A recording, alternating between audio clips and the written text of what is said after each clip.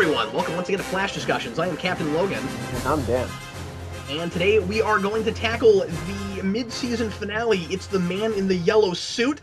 And as I keep announcing, in case you haven't heard about this yet, of course, this is going to be the last episode of Flash Discussions for a while. Nobody, and not just because it's the mid-season, but because we're changing things up on the channel a bit. And as I keep saying, we are under construction right now, so you're going to see a lot of, I almost said you're gonna see a lot of like construction crews and when workers with like big beams over their heads and stuff. So just duck if you see one of those guys and they're like spinning their big wooden beams around. No, we are going to be changing up the discussion format and bringing you a new weekly show that will be a recap show covering all of the superhero shows for the week. So nobody panic, you're still going to get weekly content from us on these shows. Plus, at the end of each mid-season, we will be doing big overview panels, and Dan and I will definitely still be doing Flash, and we may even bring one or two other people in that are also watching the show. So Dan, finally, we have already knocked out a whole half season of The Flash, and I can't believe how fast time has been going. Yeah, Barry said it best in this episode, that the year was going by really fast for him, and me too. Well, you know, if you had super speed like that, I could see it going either way. I could almost see time just like slowing down a lot. Yeah, I feel like I'd get a lot accomplished. Yeah, you would. Like, you know, if you have the power to like put all of the ornaments on the Christmas tree and then take them off in like 10 seconds, then it seems like the way you perceive time would be completely different. See, and that's the thing that I've always thought was cool with the Flash's powers, and why I've always been like, he's the most powerful superhero ever, is he can do anything super fast in the comics. Like, he can even super read, so he would be able to be smarter than Batman in an afternoon if he wanted to. Yeah, and it makes him seem kind of dumb that he doesn't do that. Yeah. Yeah, he should do that. He could get all Batman's training, at least like the intellectual reading part of it, Yeah, in exactly. like a couple of weeks or less. Oh, wow. That makes no sense. If that were me, I'd be like, "Oh, I have like 14 college degrees. Not officially, but I have them." Yeah, exactly. I mean, that's what I would probably do first thing. Well, maybe not first thing. I'd probably run around a lot, but Yeah, the first thing is go to Bermuda. and investigate the triangle because you can run on water. Yeah, exactly.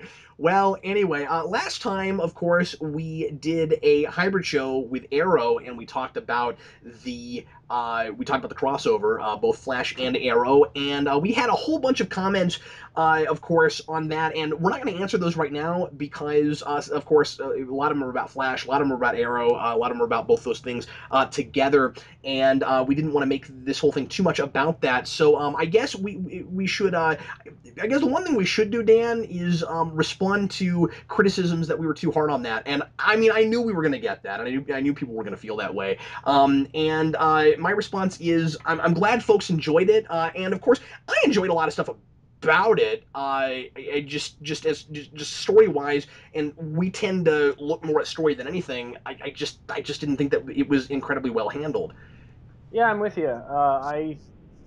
I don't really have any thoughts other than what I already said on the podcast. I mean, I'm glad you guys were able to enjoy it a little bit more than we did.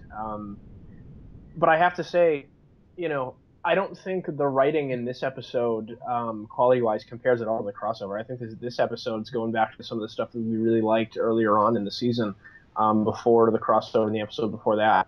It's great again. Yeah, exactly. I thought we were right back on par with the storytelling. So I mean, it's unfortunate. I think what happened with the crossover, but I also don't want to make a mountain out of a molehill with it because how important, especially to Flash, was that episode really? I feel like it was pretty skippable. Yeah, I mean, I don't know the Arrow context of it, but I felt like it might have been a little bit skippable for that show too.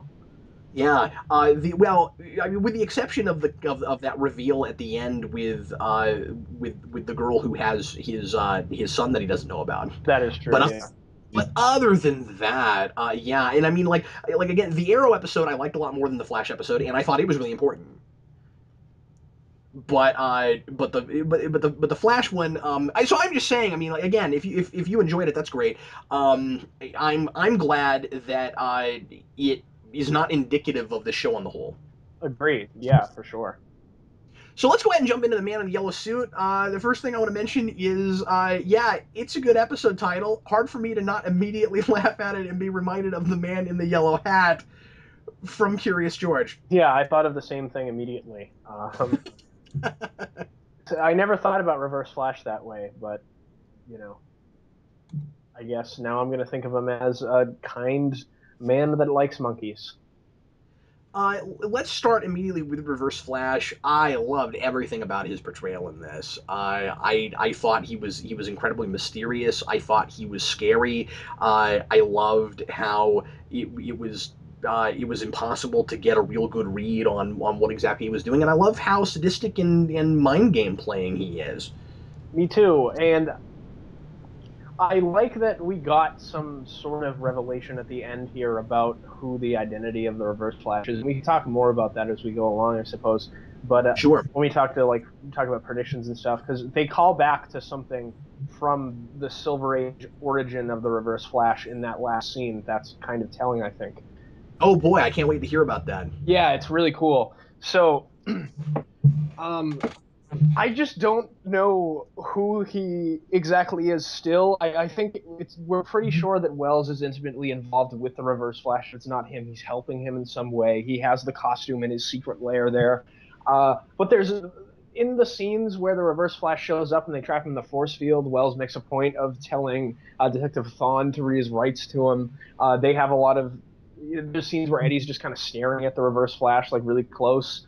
And him and Wells have a rapport that we didn't know about. The Reverse Flash knows Wells and things, so it's really interesting. Not still not knowing all that stuff, even though we're getting to see him.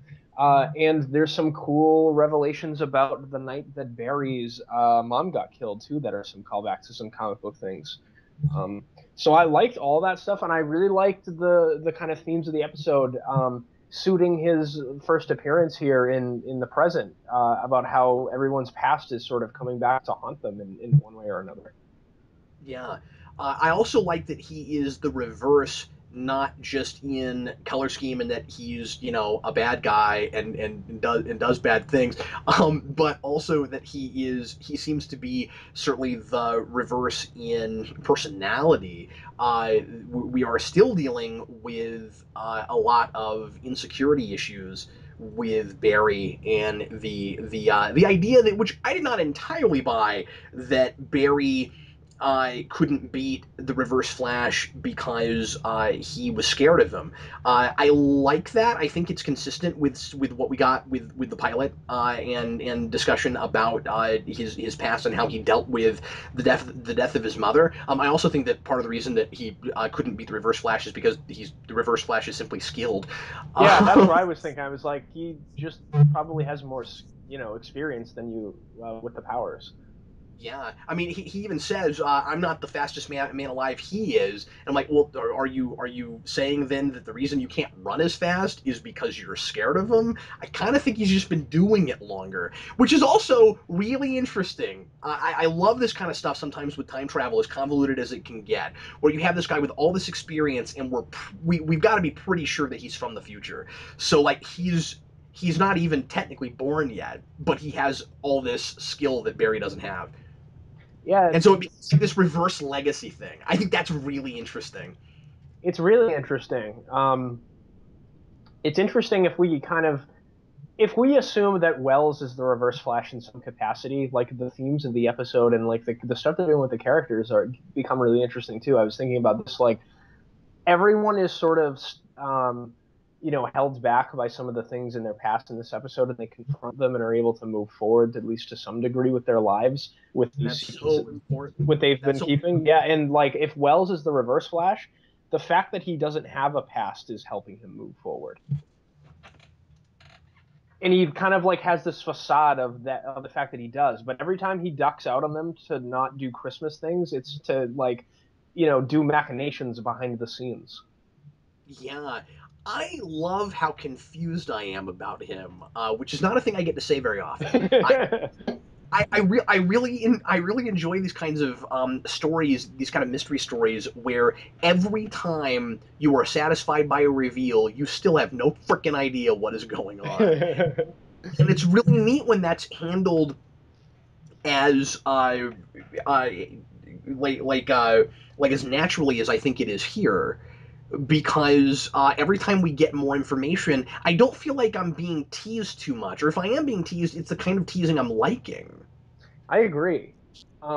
It's going to be interesting to see what they do with him because that machine makes it so that whatever it's attached to can move at the speed of light, and it's theoretical science at this point.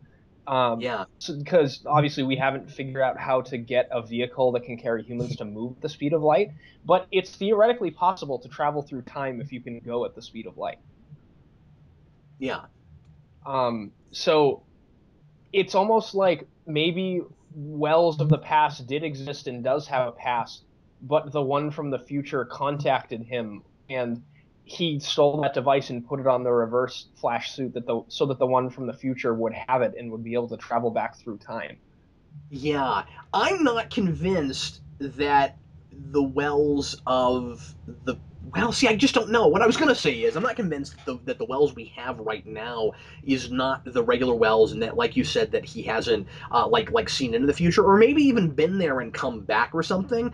But he is so like jaded sometimes, and is affected by things that like relationships he's had with people and the problems he's caused and things like that, that he cannot be faking all of it. You wonder. I mean, Yeah, I mean, I hope not. I almost think it's too easy, and yet he's so good at it that maybe it's not. I don't know, but uh, is he maybe a man who's lived his life all the way through once and then somehow was able to go back in time and start certain things over and like not look older or something? I mean, like I said, we can speculate all day long, but I still don't think we have enough information to really guess who exactly he is. I'm with you. I don't think we have enough information either. The And thing as the thing even with that, I can't believe like this is the complete opposite thing from the love triangle, right? Where like stuff happened with the love triangle in this episode. Where thank God we finally got here, but I wish it had happened 5 episodes ago. And with him, it's not that at all. I mean, like it's moving at just fine of a pace, and I'm enjoying not knowing right now. Yeah, me too. The thing you were touching on earlier about the relationships that he has with people and stuff, Yeah, it's interesting because I agree. I think that he always seems like he's really affected by the relationships he has with people, but there's always a convenient sort of thing that he gets out of invoking those relationships that makes sense for what he does in manipulating other people. Like when he has that, the scene I was thinking about specifically was the episode a couple of episodes ago where he's sitting down in the coffee shop with, or they're sitting down in a cafe and drinking whiskey together, him and Joe, and he kind of talks about his past, and Joe brings it up, trying to interrogate him, and Wells kind of slips up and doesn't want to tell too much about himself. So he, invokes this bad past that he has and kind of leaves and acts like he's upset. Where, that episode we talked a lot about how Joe was maybe catching on to him and Wells was slipping up in his manipulation a little bit. And he thought that Joe was dumber than he actually was. I feel like whenever he invokes that kind of stuff, it's always convenient um, in his favor. Like it all seems like if that stuff does really affect him, he's able to use it very effectively in his favor in every situation. that's why I wonder if we're not looking at something of a Groundhog Day scenario with him. If he's not like reliving his life over again and paving over a timeline and subtly changing things for his own benefit, because it all goes back to the particle accelerator. If if there was like another timeline and he's changing stuff, what created the Flash in the first place? Yeah, exactly. You know, I mean, that's really important to kind of question, because he obviously knows the future and is trying to make sure that the Flash still exists in the future, that something is supposed to happen that will stop that, and he's trying to make sure that it still happens. So my question is, did he in another timeline, like, or some other version of him, make the particle accelerator, create the Flash, or is this a totally different way of creating the Flash in the first place? I don't know. And if he did it in the first place, it would be and there's a part of me that almost hopes that somehow that's what it is. And I know there's probably a lot of fan theories floating around, and and I don't know what they all are, and maybe somebody has a way better idea than I do of what this is and has kind of figured it out. But with because like the stuff we just discovered in Shield, I didn't call any of that. But but with regard to creating the Flash and the particle accelerator, I wonder, and this is kind of I think what I sort of hope it is, if Wells doesn't have all of the baggage that he's pretending he does, but like he's managed to change things, and his like version from the future that he's brought back, or however in the world it worked, he's able to like fake that he's got broken legs and stuff like that. But if like the first time around he really was responsible still for everything that's happened to the particle accelerator, and maybe he even lost his legs in that version and stuff like that. Because, like I said, he's faking all of that so well, it makes me wonder how much truth there is in it. Yeah, exactly.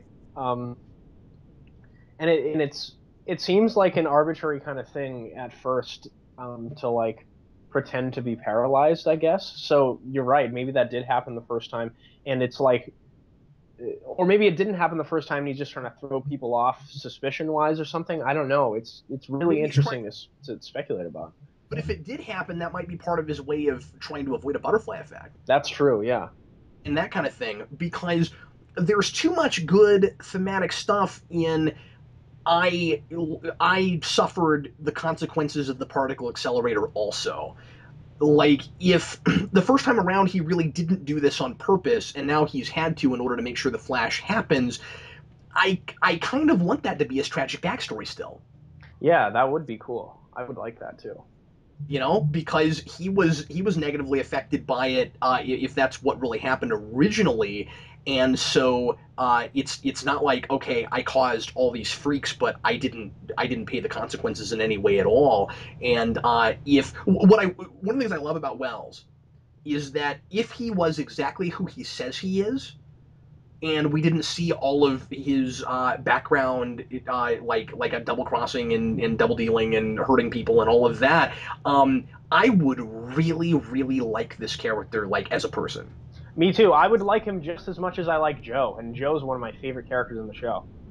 Yeah, where like he made this horrible mistake, but he's trying to live up to it. Because it would almost be like the reverse of Barry, almost like you have an Oliver type there, Yeah, exactly. but it's so twisted and interesting to have him not really be that way and have all this mystery. I mean, when we learn too much about him, it makes me a little bit worried that he's not going to be as much fun anymore. Like, there's got to always be an air of mystery with this guy. I'm hoping we go through the whole show and we never know everything. In a way, you know what I mean? Right. Like obviously, there's a lot of stuff I want. There's a lot of stuff we have to know, and we're going to know. But this guy's always got to have something up his sleeve and be two steps ahead. Oh, of course. Yeah, definitely. He's one of those, and that is a classic archetype for this kind of villain. I mean, I love that kind of thing as much as I love the like kind of Lex Luthor archetype, and obviously it has stuff in common with that. But yep, he is still the best character in the show. I mean, as far as, well, maybe not the best. I mean, I love Joe, but he is certainly the most interesting. Yeah, I mean, I'd put him up there, probably tied with Joe and Barry. They're my favorite characters in the show by far. Yeah, and I mean, I like Barry. I do think that sometimes the writers lose track of what kind of character he is, and that there are episodes where he does seem to kind of like he seems to have gone forward, and then they pull him back to do the same character arc they just did with him. Yeah, that is true, and especially when we talked about the episode with DC's Colossus, that's evil, where he makes a really stupid decision. I know I've gone back to that many times, but I think it bears Yeah. repeating. Just an instance where Barry isn't supposed to look stupid in our eyes, but he does, and the writers don't really realize it. Yeah, we need to have more of a building ongoing character progression of he's of different stages of insecure, Yes, and I don't know. not This, lack of confidence. There's two. I just feel like, and maybe if I went back and rewatched everything, I wouldn't feel this way, the same way I'm feeling right now. But just giving the season a pass through as we've been doing, I really kind of feel like you'll have episodes where he learns a lesson about confidence, and then the next episode he's just not confident again. yeah, that's true. And like the kind of whole point of the crossover was to make him confident. And I get that he would regress a little bit because of the boogeyman from his childhood that killed his mother came back. I mean, that's something that's legitimately that I would see, would legitimately make him scared for sure. I'll give them that. Yeah, I do think that throughout the season, there seems to be a little bit of refining of the chronology going on, and of character motivations and that kind of thing. And then I'll give them a little bit of that because it is very difficult to write a serialized show like this. But looking back on it now, I do wish that there had been a little bit more discussion of Barry's fear of the Man in Yellow. I don't think I got that sense of it that defined until this episode. Oh, you were afraid of him. Yeah, they didn't really talk a whole lot about him other than saying, we need to find this guy that killed my mom. Right. But the idea of, I feel like I could have been more okay with the stuff with Iris if we had gotten that earlier. If the idea of his never telling Iris how he feels about her is less a fear of rejection and more of a fear of having a life. And they refined that in this, and I think it worked quite well, but it's too bad that they didn't have that fleshed out before we got here. Yeah, and it's kind of weird for me the whole Iris thing, and I guess let's go there. Let's talk about the love stuff because there's things I like. Why don't we? Because there's things I like about it, and I think there's things that I don't like about it. I like that this show has been pretty good about moving fast on relationship things that we haven't really been all that crazy about, and Yeah. it just kind of keeps setting up relationship stuff that I'm not all that crazy about in its place. Um, so like in this episode, I was reminded of the time where Barry willingly doesn't want to be friends with Iris anymore to protect her. Remember that episode where they were sitting at the kitchen table, and he was like, "Yeah, we can't see each other anymore." Right. I mean, maybe he's talking about retroactively in the past. He never told her that he liked her because he was afraid of losing her.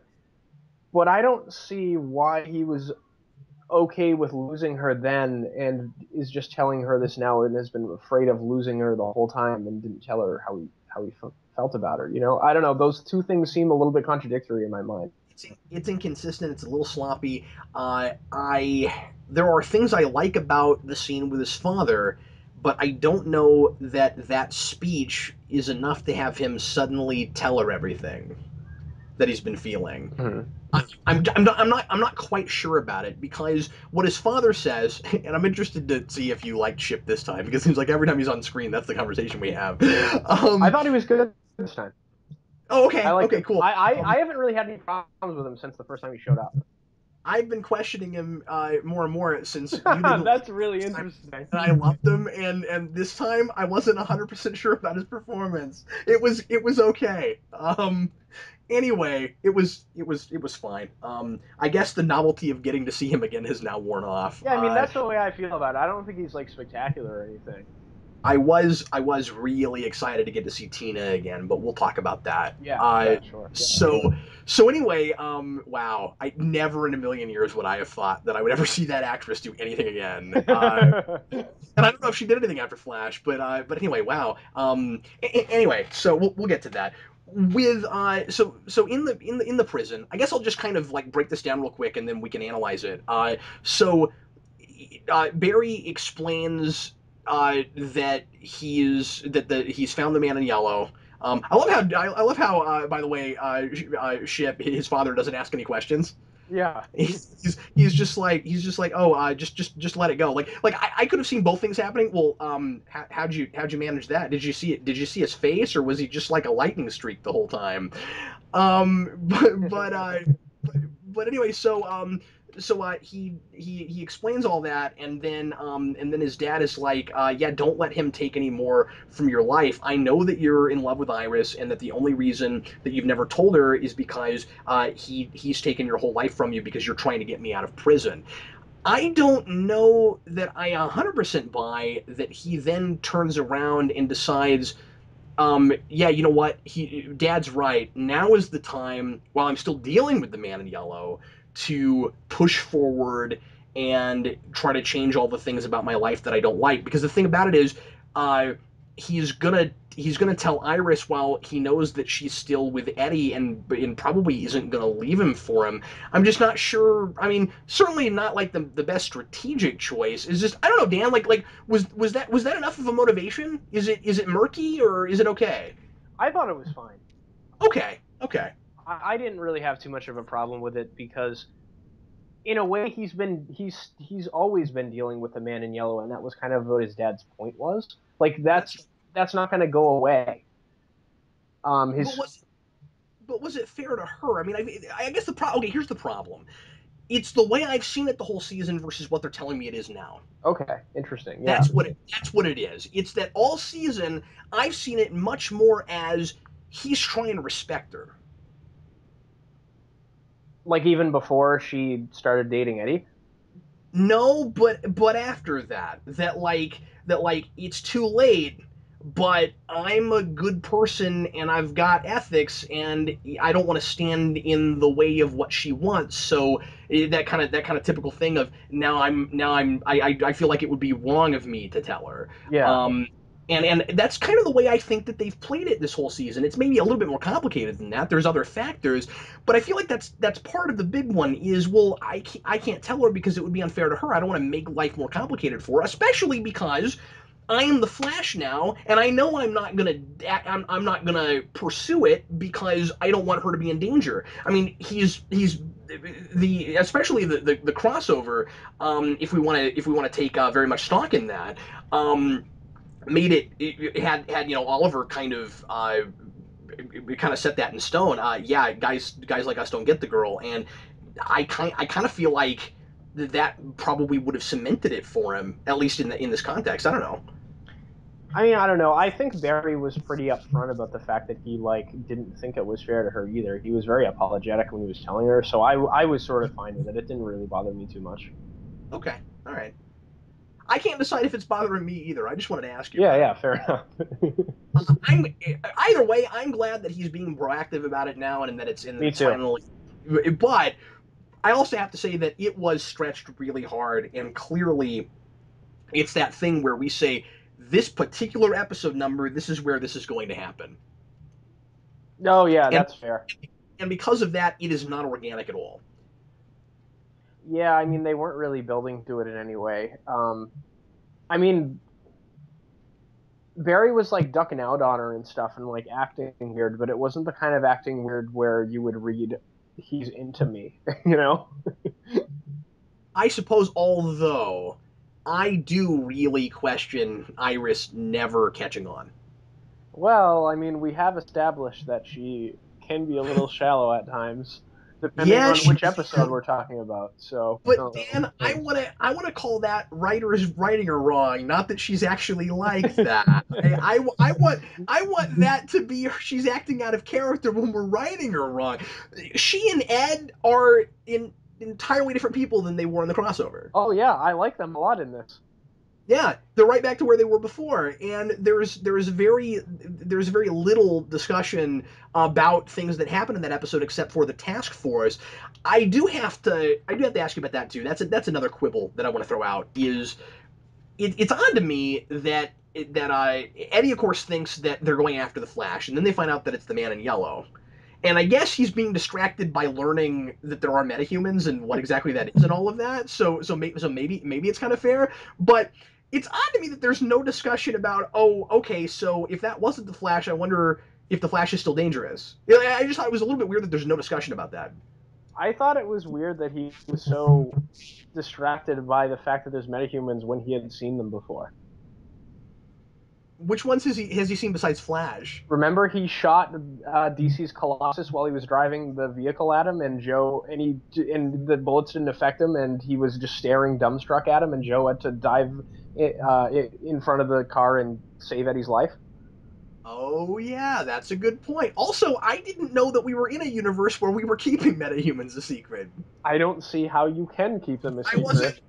I wasn't really aware of that until this episode. Apparently, it's birds of prey status quo. I didn't know that. Yeah, it's like mutants pre X-Men First Class. Like Yeah, nobody knows about them apparently. nobody somehow no one knows about them. But we know about the Flash only because Iris has been writing about him. Isn't this all a little bit convenient? Where are the other journalists in this city? Yeah, and Iris isn't even a professional. She's a blogger. Yeah, yeah. I mean, people could see her as a crackpot.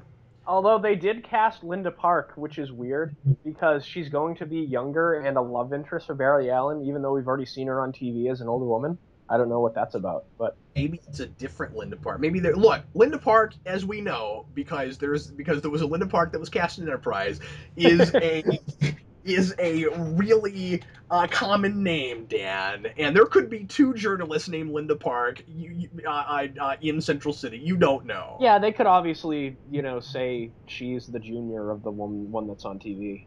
That would be really funny if that was just her mom. Yeah, that would be funny. I'm Linda Park the third.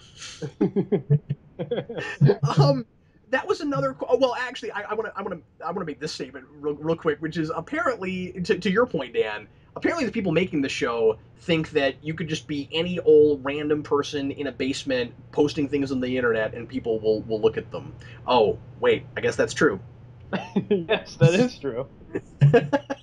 um, okay, so that was another thing I wondered about was and kind of felt like after the last episode we really needed to not be ambiguous about it here and confirm it, and we weren't. And what's worse is we talk about the blog and we go to like old stuff to deal with Ronnie, like old blogs she's written to deal with Ronnie. Is she still following the Flash? Is that still a thing? How does she feel about him? I have no idea. I have no idea. Yeah. It's really strange.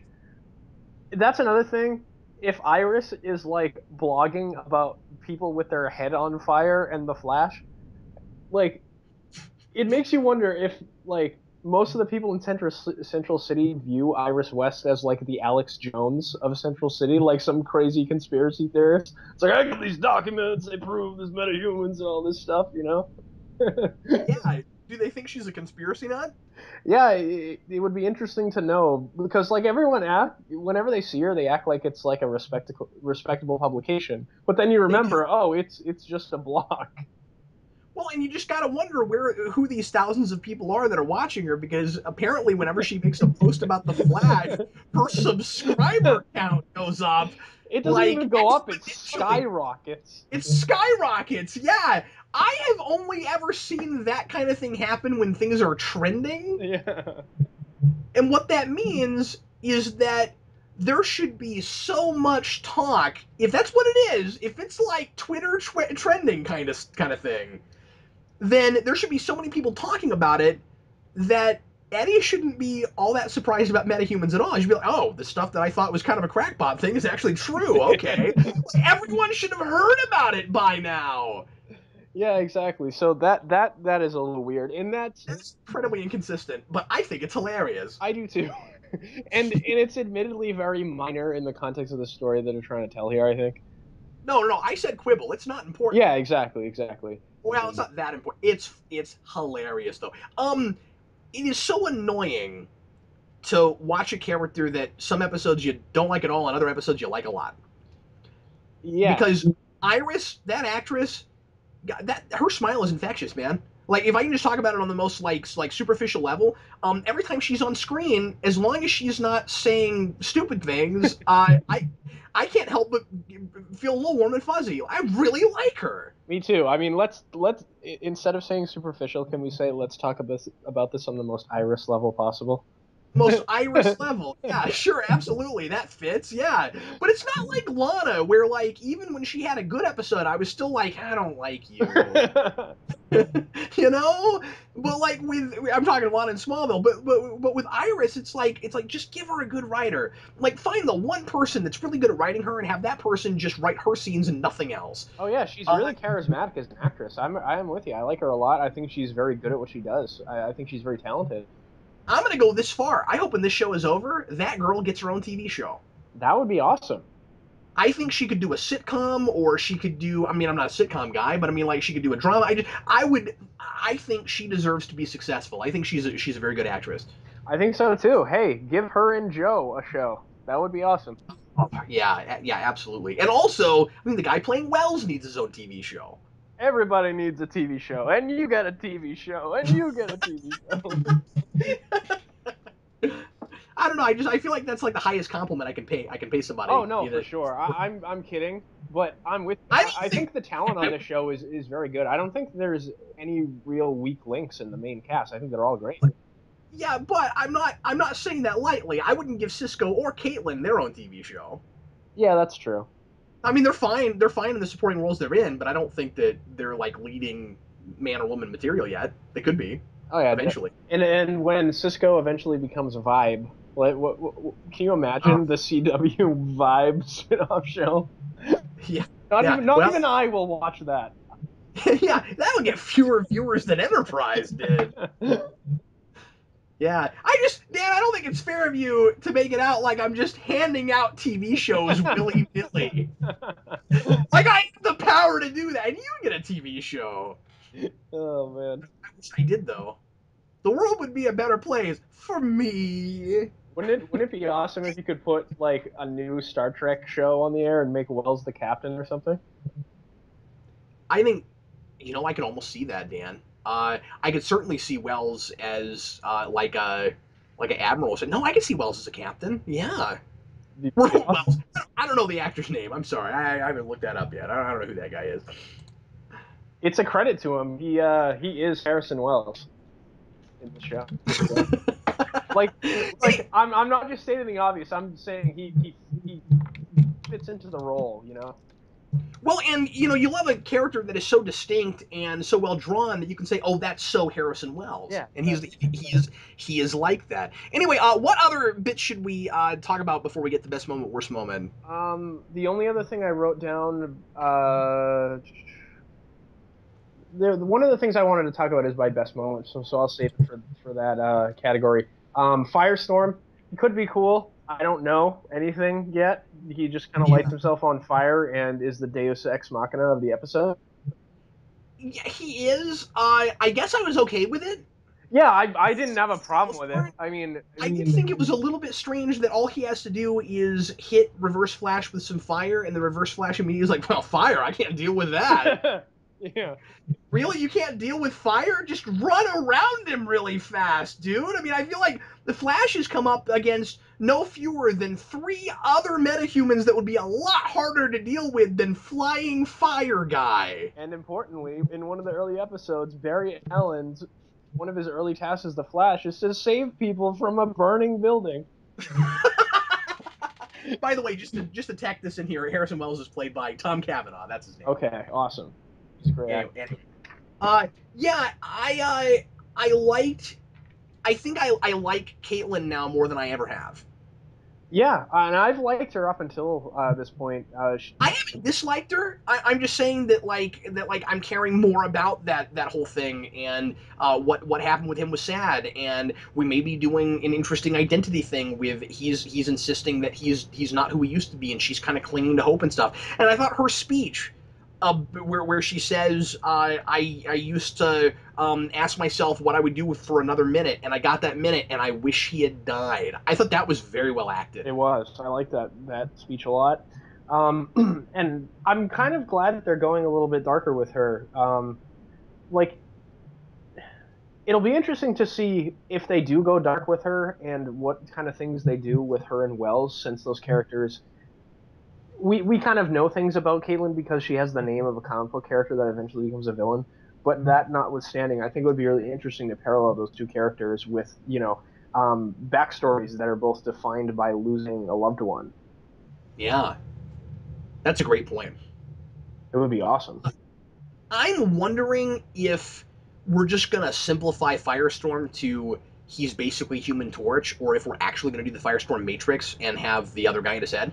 They did cast the other dude, but I don't know what they're gonna do with him. He might be like his microchip or something. Who knows? Yeah, yeah, I wouldn't be surprised if they didn't if they did it that way. And I mean, this show has been playing things pretty straight.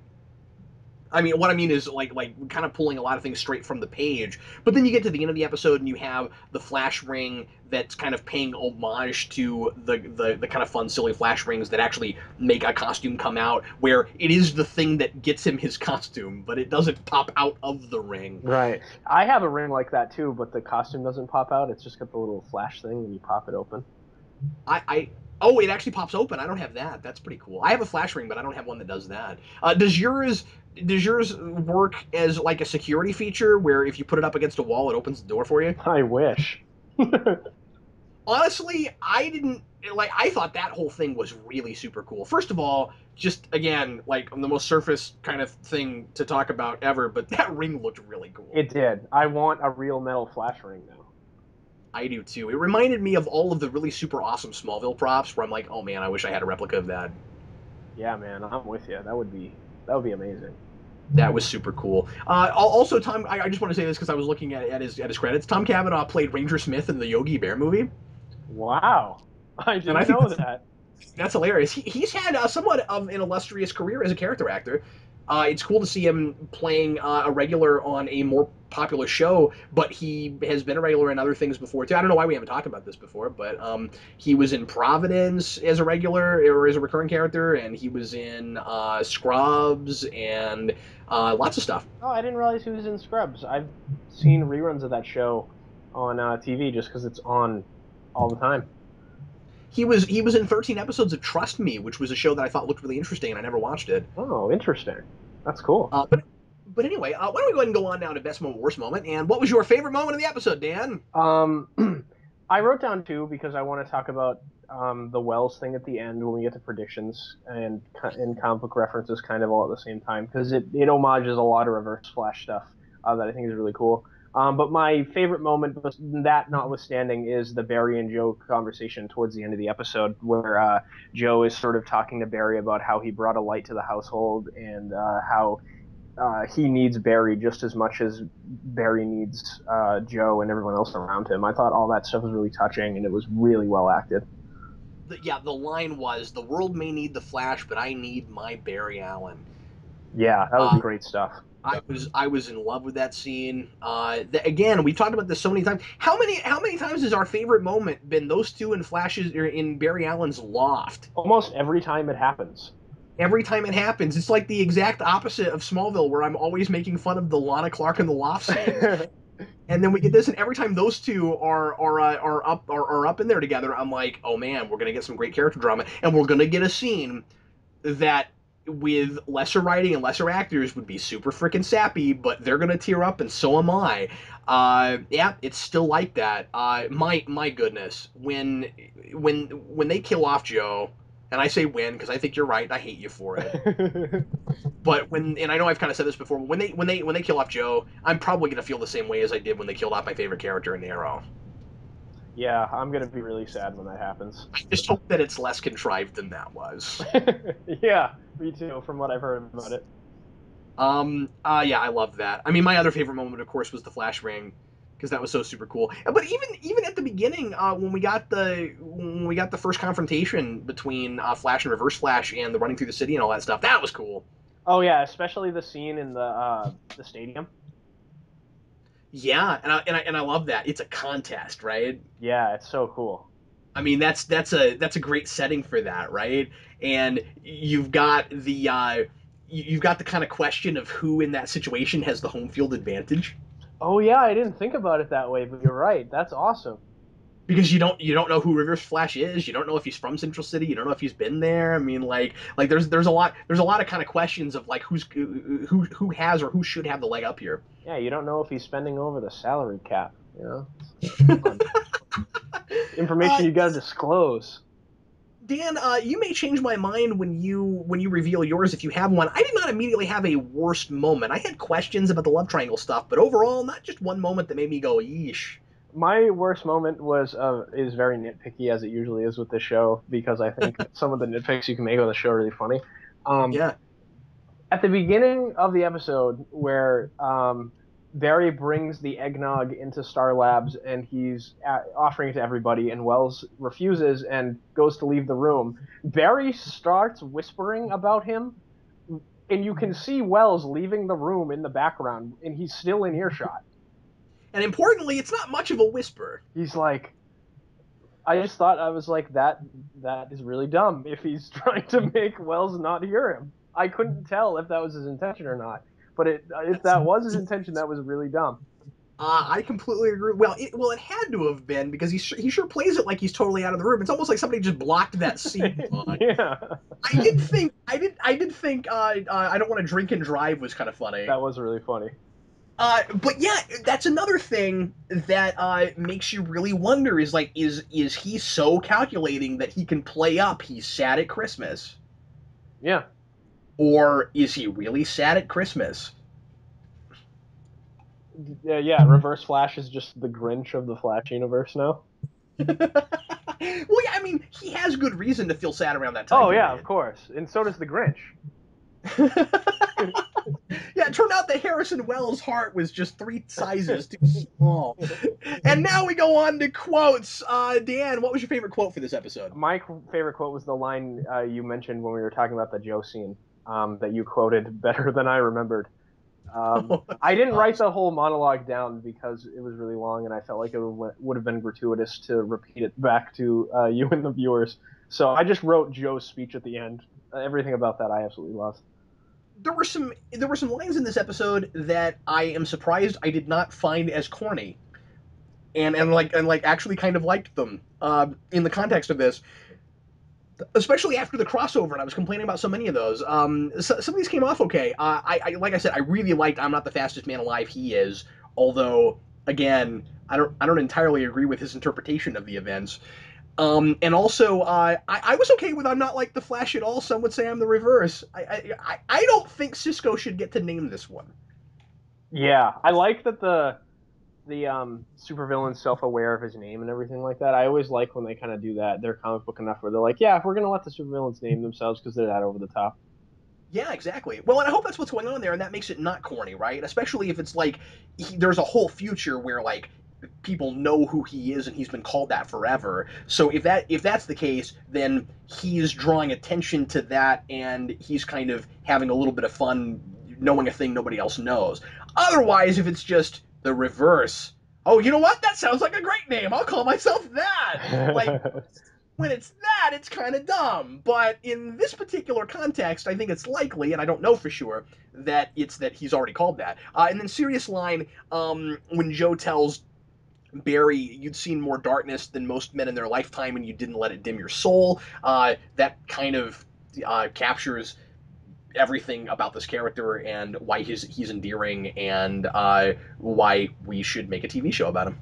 I agree, and I think that was much better stated in one line that than the entire crossover Flash Arrow episode tried to do with him. Like there was that whole thing where he's like talking to Oliver. He's like, "Yeah, my mom got murdered, and I don't torture people about it." And they had that like all like that huge conversation about it. Joe summed all that up in like one line, and it was done better. Yeah, I agree with you. Let's go on to comic references. Obviously, you have so many that you'd like to do a thesis on it, so go right ahead, Dan. All right, so in the original Silver Age origin of the Flash has been of the Reverse Flash. That has been retconned many times with all the reboots that DC has done. But when he first appears, the origin of the Reverse Flash is he is a dude from the 25th century, and he finds a time capsule with the Flash's suit in it, and he uses a machine to doctor the suit so that it can go as fast as the Flash. And in this episode, he gets a machine that he puts on his Wells gets the machine and puts it on the costume, and it looks like it charges up the suit so it can run fast. So that is a direct callback to the original first appearance of the Reverse Flash. Yeah, I thought that was really cool. Wow, and that means that they're pulling it kind of off the page. Yes, they are. And I thought, you know, my prediction in relation to that was, you put that device that allows things to travel at the speed of light. Now, we know Wells has the means to time travel now. Even if we don't know if he's the Reverse Flash that we saw in this episode, we know that Wells has a costume that's capable of traveling at the speed of light, which means he can time travel. Well, and importantly, how in the bloody heck could he be? He got beat to a bloody pulp by him. Yeah, it's weird. I have no Like, idea. if he is the Reverse Flash we saw in this episode, then well, he just physically can't be. It would either have to be another version of him, and they staged it, but I really don't get the sense that that's what's going on, or like he hired somebody to be in that suit, but it's really supposed to be him. I don't know, man. I don't think that's what's going on. I do think it is entirely possible that we are looking at two versions of the same character. I think that's the most likely thing that they're doing. I think that Reverse Flash in the costume here is a version of Wells from some time. Who knows? Now I saw a comment not on our channel but somewhere else saying that it was obvious that this means that the Reverse Flash is Eobard Thawne and that Eddie Thawne is a different character. And I'm not sure you can make that leap. I mean, maybe that's possible. I'm not sure. Yeah, that might be what it is. I'm just saying I don't see how it's obvious. I mean, now given the fact that like Eddie gets to see Reverse Flash, I do think they're doing a thing there since he's supposed to be Reverse Flash in the comics. I think that we are probably going to move in that direction. But is it possible that Wells is somehow like his father, or maybe even in the future like his son or grandson or something? Well, they do stuff like that in the comics. Bart Allen is the son of a Thawne and an Allen, because Oh, that lineage continues. okay. So that's always a possibility. I mean, Wells could be Eddie's kid from the future, and his real name is Eobard Thawne. I'm wondering about that. Yeah, that's it. That's an interesting prediction. I would that would be really cool. I'd be interested to see. That does not sound anything like outside the realm of possibility. Oh yeah, I wouldn't put that past them either. Did you have other comic references besides Firestorm and the Flashwing? Um, another speedster stopping. Uh, Another speedster appearing at the scene of Barry's murder is a reference to Flashpoint, Yeah. where Barry stops his mother's murder, stops the Reverse Flash from killing her in the past, and that's the catalyst for the whole Flashpoint universe, as you probably um, remember from when you were reading that and from the movie. Is it the same in the movie? I haven't gotten a chance to watch that yet. I want to say it is.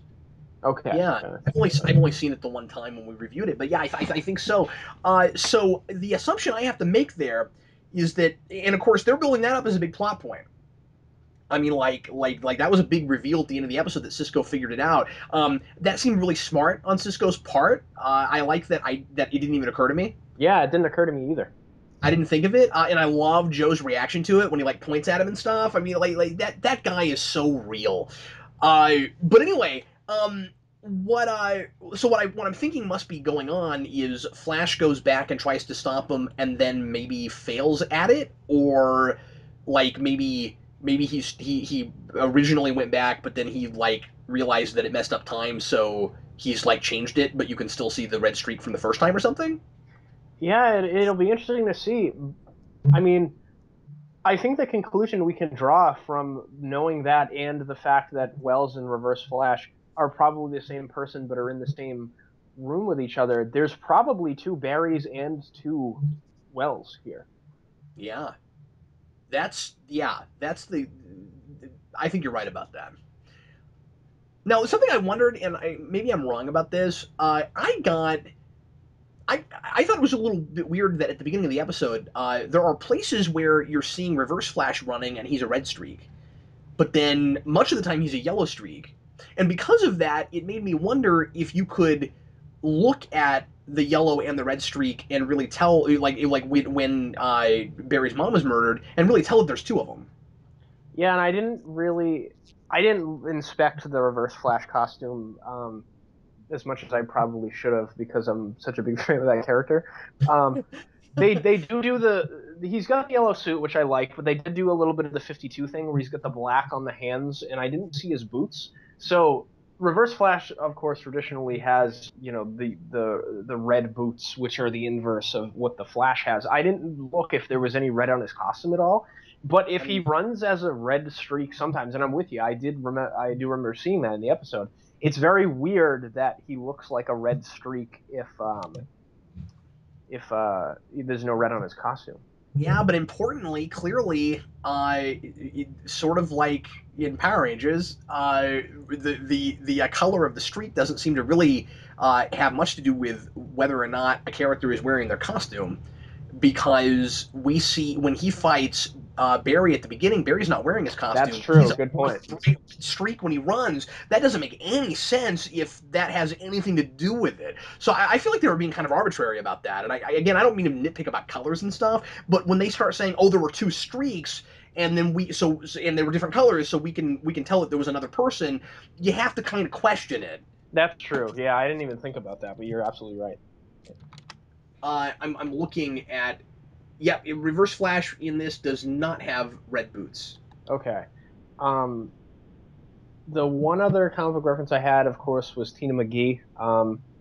Yep. I mean, Oh yeah, we didn't talk about her. You know what? That was a thing I meant to bring up, and I forgot all about it. So I guess we'll do that now. But yes, go ahead. she is one of the early love interests of Wally West in the comics when he takes on the Flash mantle, and they brought her into the TV show, of course, with John Wesley Shipp, and she was kind of the main love interest of that show. So it's cool to see her Amanda Page come back and play her. Yeah, and most of the time, and I haven't watched all of that show in a long time. But she was more of a sidekick than a love Oh, interest. she was kind of like I think they, Caitlin is in here. yeah, they may, and that's why I really liked that this was a Caitlyn centered episode for part of it, Yes, because yes. I felt like they did that on purpose. That Caitlyn kind of has what her role was in the old TV show. I just don't remember how much romance stuff they did with them. I think there were probably hints of it, but the show wasn't on long enough that they ever went very far with it. Right. But Yeah, you're again, probably right it's about that. I haven't watched it in a long time just anymore. been a while. I thought it was so cool that they got her back playing the exact same character, and yet the characterization is very different. They're getting so many people from the old show to come back, and it's amazing. You probably heard about the Mark Hamill casting, right? Yep. And that was a big thing. I mean, that's a dream come true. You know, that is Christmas. A lot of us were really hoping that that would happen when this show got greenlit, and especially with like Star Wars coming out and stuff. Little surprised that happened. I, That's really super cool. the fact that they got him blows my mind. I cannot wait for that episode now. That's going to be amazing. It's really exciting. I doubt he'll be a recurring character. I figure they'll probably bring him in once.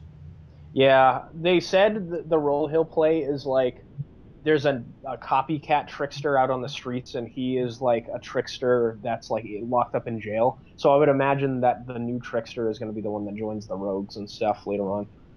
Oh, okay. Well, that's okay because this is. I mean, I could see them doing that and it feeling gimmicky and irritating. On the other hand, Flash is a lineage thing.